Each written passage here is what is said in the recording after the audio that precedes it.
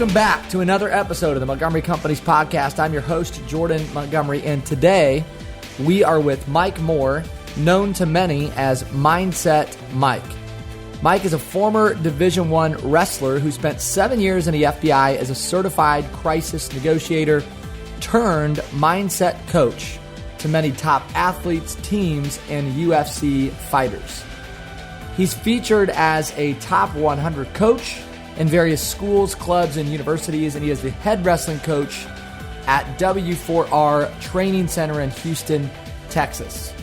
Mike has coached 80 state placers, 40 plus All-Americans, and 9 national champions since 2013. Winning Mindset is a sports-specific mindset training system, and in 2019, Mike's company, Winning Mindset, worked with over 3,600 athletes from youth through the NCAA. Today, Mike coaches with over 30 teams, ranging from NCAA teams to Olympic teams. It is an honor and a privilege to introduce you to Mike Moor. Mike, thanks for being with us today. Happy to be here. Thankful for the opportunity. So you're from the East Coast. Mm-hmm. You got started in a career with the FBI after graduating college as a Division I wrestler. You're an accomplished guy. You work with athletes today, but that's not where you started. So take us back to the beginning of your journey, maybe working with the FBI. How'd you get into that work? And then ultimately, how did that work take you to working with athletes? I grew up in New York, and one of there's two events that I would say really inspired me to pursue a career in federal law enforcement. One was, funny enough, in our statistics class, my teacher was a lot more about life than he was just about math. And he had us doing a career aptitude test. During this career aptitude research project, I started figuring out, the things that I'm good at, in addition to, these are careers that maybe I'd like to pursue. Well, in the middle of doing that, besides that, all of my results were pushing me towards a law enforcement investigative type of career. I would say when 9/11 happened, that was a very motivating experience for me as a New Yorker to want to pursue a career in federal law enforcement. So a combination of those two things led me to my desire to commit to that path. And that path, it's a very long-term process. So my junior year in high school, that's what led me to go there. And every decision that I made from my junior year of high school until 6 months out of college, when I walked into the Bureau, every decision that I made went in regards to pursuing that career. So you're on this path in working in the FBI. Things are going well. You're having success. You all of a sudden make this pivot toward working with athletes and business professionals, specifically on this topic of mindset. Explain that shift and that pivot for us. Sure. In my career, I did a lot of really cool things. Like you mentioned, I was a crisis negotiator, a certified crisis negotiator.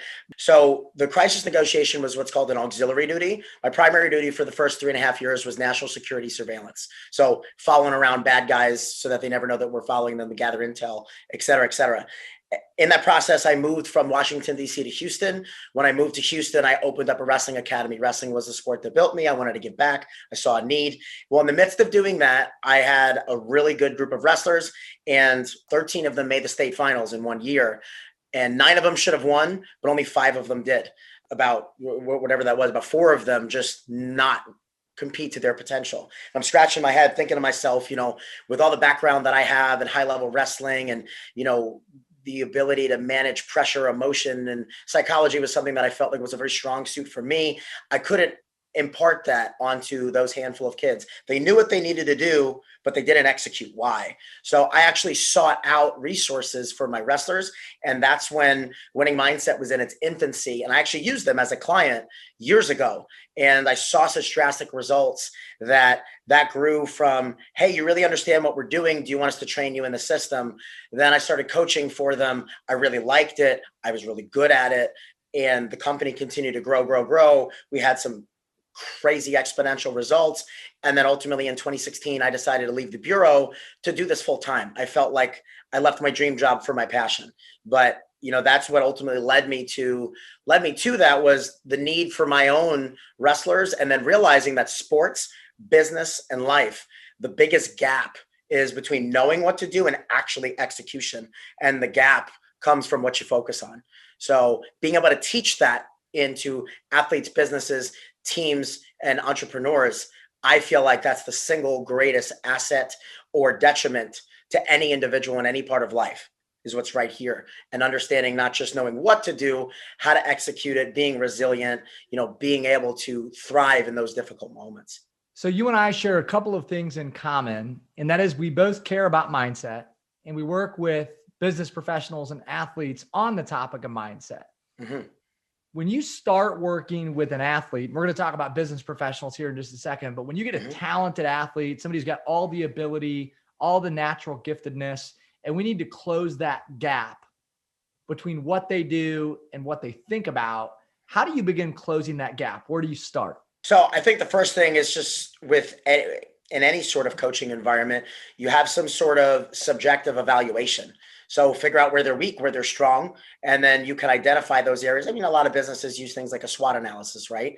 And we have in our company a very systematic approach to evaluating athletes based on what athletes and businesses based on what we call the mental muscles. So we're talking about things like self-mastery, confidence, relaxing under pressure, motivation, goal setting, things like that. Figure out where they're weak. Let's make sure that those become non-issues. If anything, become strengths. Figure out where they're strong, make those strengths freaky. So a simple evaluation will reveal a lot of that. And then the way that we progress through our curriculum is determined by the results of those evaluations. So if anyone wants to get started on any sort of self-improvement, it's always easy to go where you're comfortable, but it's much more productive to go with the places where you need the most work.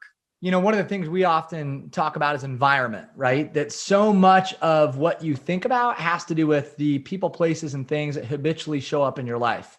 I think Ed Milet was famous for saying your mental game is driven by your environmental game. Mm-hmm. And Craig Rochelle famously said, what comes into your mind comes out in your life.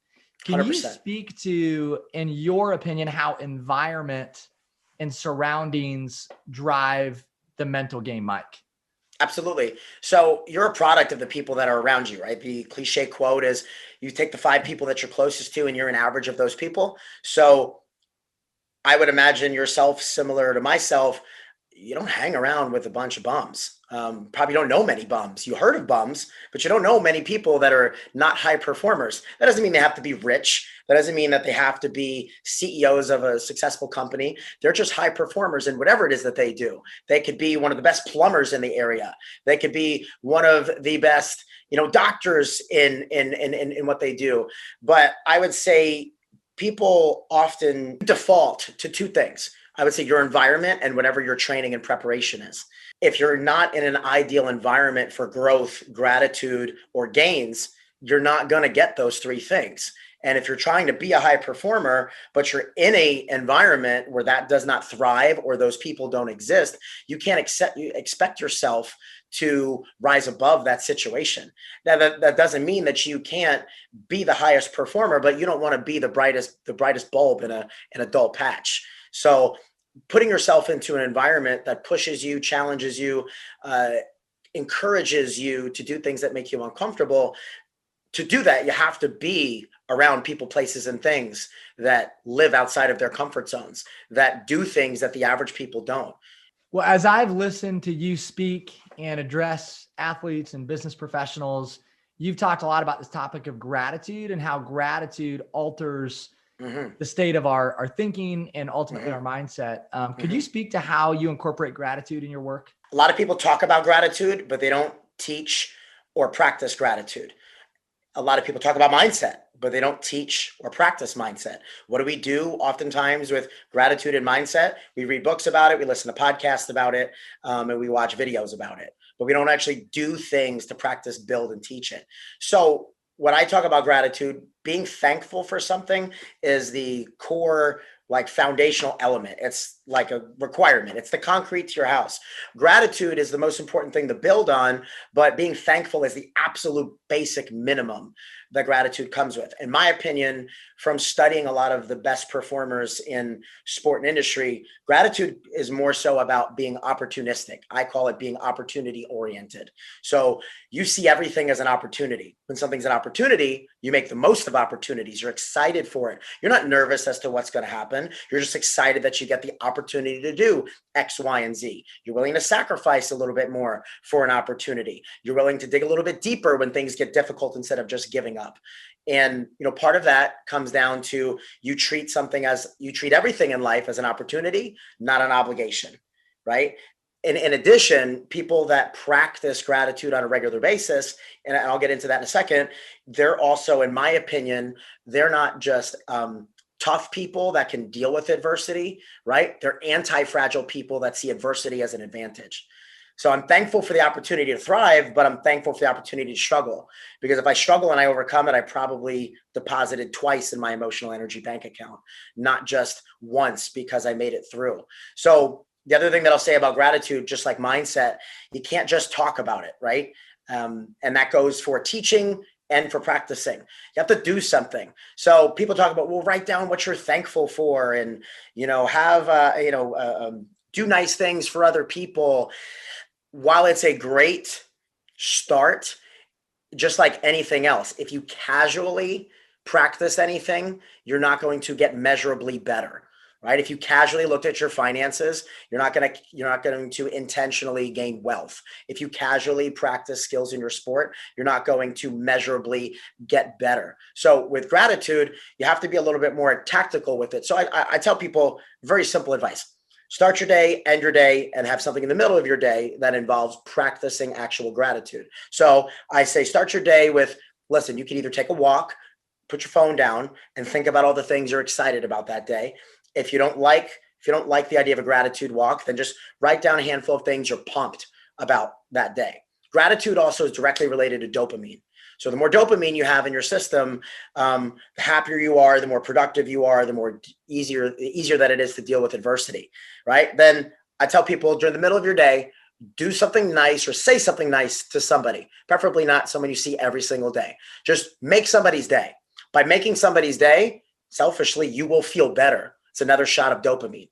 Then at the end of the day, write down the things that you're most grateful for in that day. Again, another shot of dopamine. I think of dopamine like your storage of dopamine in your brain similar to a pot that is boiling. And I want that pot to be always on a constant, I'm almost going to boil over, right? Like when we're boiling pasta and it gets to that top of the pasta, it gets to the top of the pot. I want your pot to be almost boiling over, and then sometimes really boil over. So I'll give a shout out to my girlfriend for a second. And she's a multiple time world medalist in Taekwondo. And she's someone that I believe is a very high performer in a lot of the things that she does. I mention her because throughout the whole courtship process and falling in love with her, I found myself, my gratitude pot was already so high, understanding how the hormones in my brain and the way it makes my body feel, and practicing gratitude on a regular basis, having her around made that gratitude pot like overflow, where I had this overabundance feeling of, positive, productive emotions. So if you could take all of that and summarize it into a quick, short thing, it's practice gratitude by doing things to be more grateful. Don't talk about it. Teach gratitude to other people by being more grateful yourself. 3 is learn to weaponize dopamine and make that hormone the driving force for you, instead of having to deal with cortisol, because it's a constant balance between those two. The more dopamine I have, the less cortisol I have, right? And when you do have those feelings of overabundance of positive emotions, don't think of it as happy positive. Think of it as happy productive.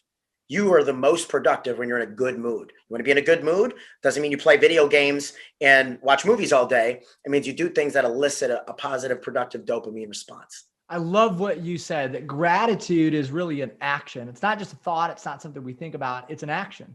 Mm-hmm. And we tell our athlete clients that all the time, right? Is we have to take reps in the same way that you take field reps or you take reps in a weight room. You got to take mental reps, right? You have 100%. To actionably live that out and walk it out for that to become real and effective in your life. And so I love what you just said there about taking action around gratitude. I want to make sure everybody caught that. Mike, when you think about the differences and similarities between working with athletes and business people, I'd love to hear where your mind goes, because obviously those two worlds are very similar but different. And so you started working with athletes. Now you're working with a lot of sales professionals. Tell us about how you see mindset show up and some of the transferable teaching that goes between those two worlds. For sure. So I would say people in sales are probably, if they're successful, they're likely former athletes. You would see the life lessons that we learned in athletics are very translatable and transferable and present in people that are successful in a business like sales, right? And that includes, real estate professionals. You're selling yourself and you're selling your service, right? You're not just always selling a product when you think of sales, you're also selling yourself. What does that take?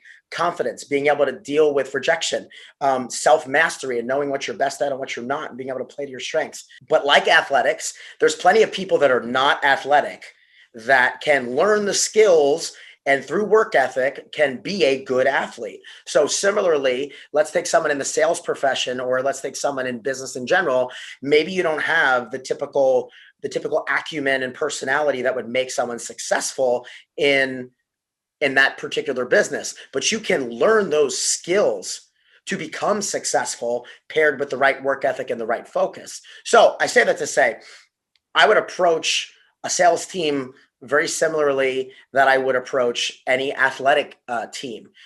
For us, the curriculum is very similar too.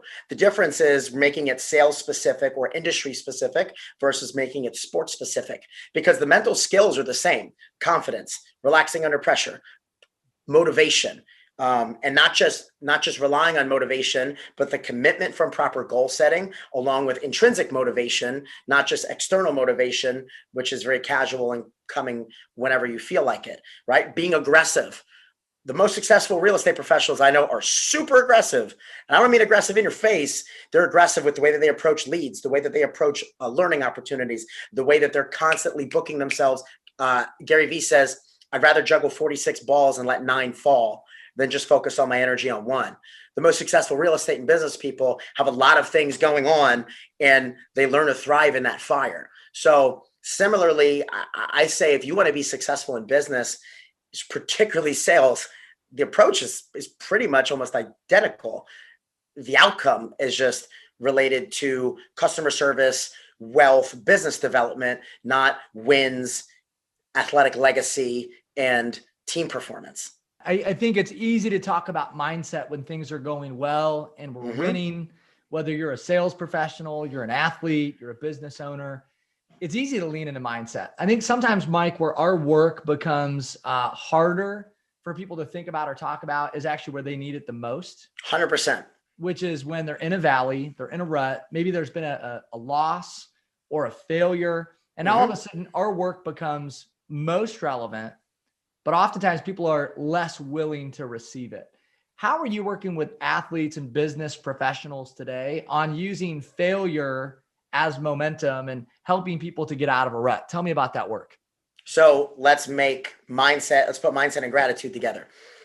I try to teach our clients to be thankful for the opportunities they get to struggle, right? If you do the right things on a daily basis, you'll likely struggle less. But when you do struggle, right, you're immediately focused on, how does this serve me? What am I going to learn? And how could this have been worse? Like, I'm thankful for that it was only this and not that, right? But at the same sense, you understand that, like, well, you're not going to die, okay? Likely, right? There's always situations, obviously, with health where that could be different. I'm most likely not going to die. And this is just going to be really challenging. I've been through challenging things before, and focus on what this is going to teach me and how this is going to serve me, not how much this sucks and how uncomfortable and not convenient this is. I mean, that summarizes COVID in a nutshell. COVID just revealed what everybody was already. The hustlers found a way to hustle. They either hustled harder or hustled smarter. The average people just skated by, maybe even dipped a little bit. And the lazy people, or the lazy businesses, the people that didn't take care of themselves, well, they suffered, right? So, when people go through those difficult times, I say have an open posture of gratitude, and because that's you're fueling your approach with dopamine, which is productive, and you're happy and like, yeah, it's uncomfortable, but like, I'm going to make it through it and I'm going to learn from it and probably gain more, versus approaching it with stress and obviously that cortisol response, which is going to have a tumbling effect and crumble everything else that's around you. People often think that like positive people have negative thoughts all the time. Right. It's almost like they take negativity as like, ooh, no, like you're not supposed to be here. If I'm a high performer, I'm not supposed to have these thoughts. You're supposed to have these thoughts. You're a sociopath if you don't. You're a sociopath if you don't get frustrated at these things. The difference is how you respond to it. So again, back to the anti-fragile concept. Weak people, adversity crushes them. Tough people, they make it through kind of inefficiently. Those are people that, imagine a soldier, they get ambushed and they just like, okay, point A to B, I'm just going to run straight through the line of fire and hopefully I don't get hit too many times by too many bullets, right? Anti-fragile people, they welcome adversity. They see it as an advantage. They inhale that difficulty. I would say they exhale the adversity and they inhale strength. Right. So kind of, I use this example, inhale confidence, exhale doubt. They inhale strength and exhale adversity. The best way that I relate it to is if you've ever seen the movie Batman versus Superman. In the movie Batman versus Superman, there is a villain. And this villain was called Doomsday from the comics. They were throwing bullets and bombs and all of these weapons at Doomsday, this big rock figure that's destroying the city. Well, every time it was hit with a bullet, bomb, missile, whatever, it got bigger, it got stronger. And that's what adversity needs to do with us. You can absorb the blows if you're not afraid of them, lean into them a little bit, appreciate them, and then focus on how you're going to make it through. And in the process, when you are frustrated, what's this going to teach me? Why is this for me? And why am I glad that it was this and not that? Well, I think it is true, man, that adversity reveals character. You touched on that. And it's also true that we either win or we learn. For sure. And no question, we grow through failure, but it's a choice to fail forward. And I appreciate what you just highlighted about the questions we should ask and our posture during difficult times. Mike, most of our listeners are receiving this in audio form, but as I'm talking to you here and I see your office space, you've got a poster of Tom and Terry Brands and Carver Hawkeye Arena. I know you're an East Coast guy and I moved to Texas, so no real connection to Iowa other than you're a wrestling guy. But, Tom and Terry, I know are guys that you've learned from, that you've respected. What makes guys like Tom and Terry Brands great? For sure. So the poster that you see up there, it says, and I'm going to turn around, it says, train like a madman. To work hard is what is expected. To train like a madman is to exceed all limitations. So what I take from that is people would look at the best in the world, whether it's sports or business, they're probably fanatical people.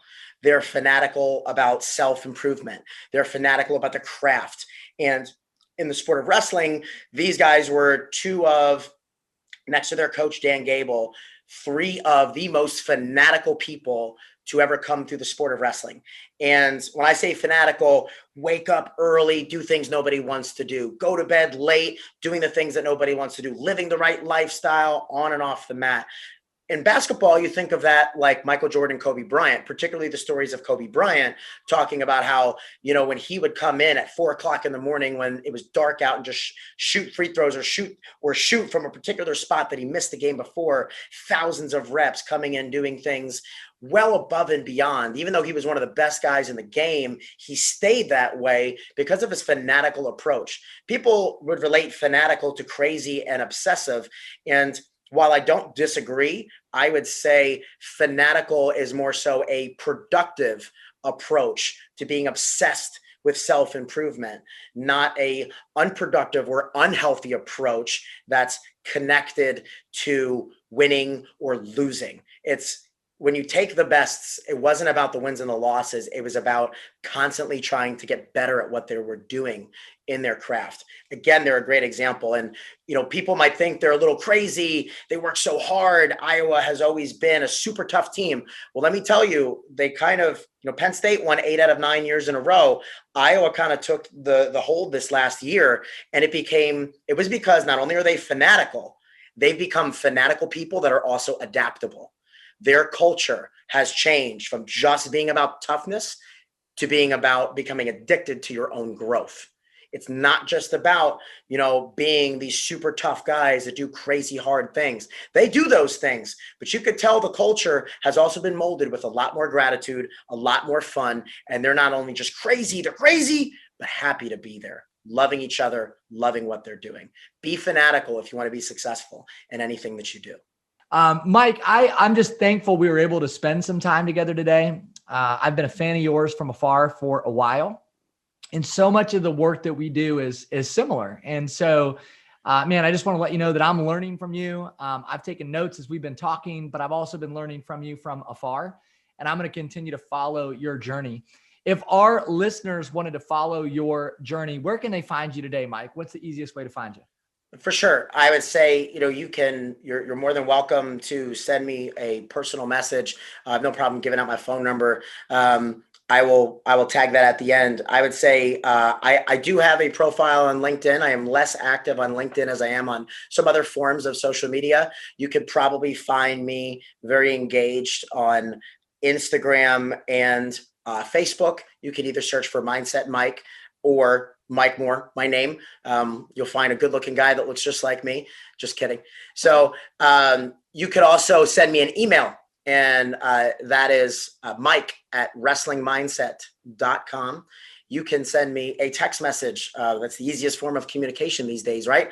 My phone number is 516-510-4684. Those are the best ways to get in touch with me. I am on LinkedIn. You can find me there. I do connect often with a lot of people, and I look forward to continuing to grow the relationships that come from our episode today. I, like you, fan of yours. I've been learning from afar the things that your company puts out and how you guys do work. And I always appreciate, high performers in general, but people that are in the same space. We're all helping other people win, and I feel like that's the absolute most rewarding profession.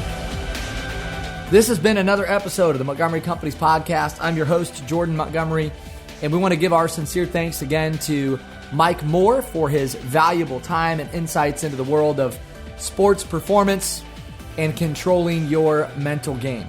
We also want to give a special shout out to our producer, John Choate of Storyline Multimedia, that makes these episodes go. We hope that you will follow, like, and subscribe to our podcast so that we can move our mission forward of impacting more people, one individual at a time. Thanks again for being with us. Be well.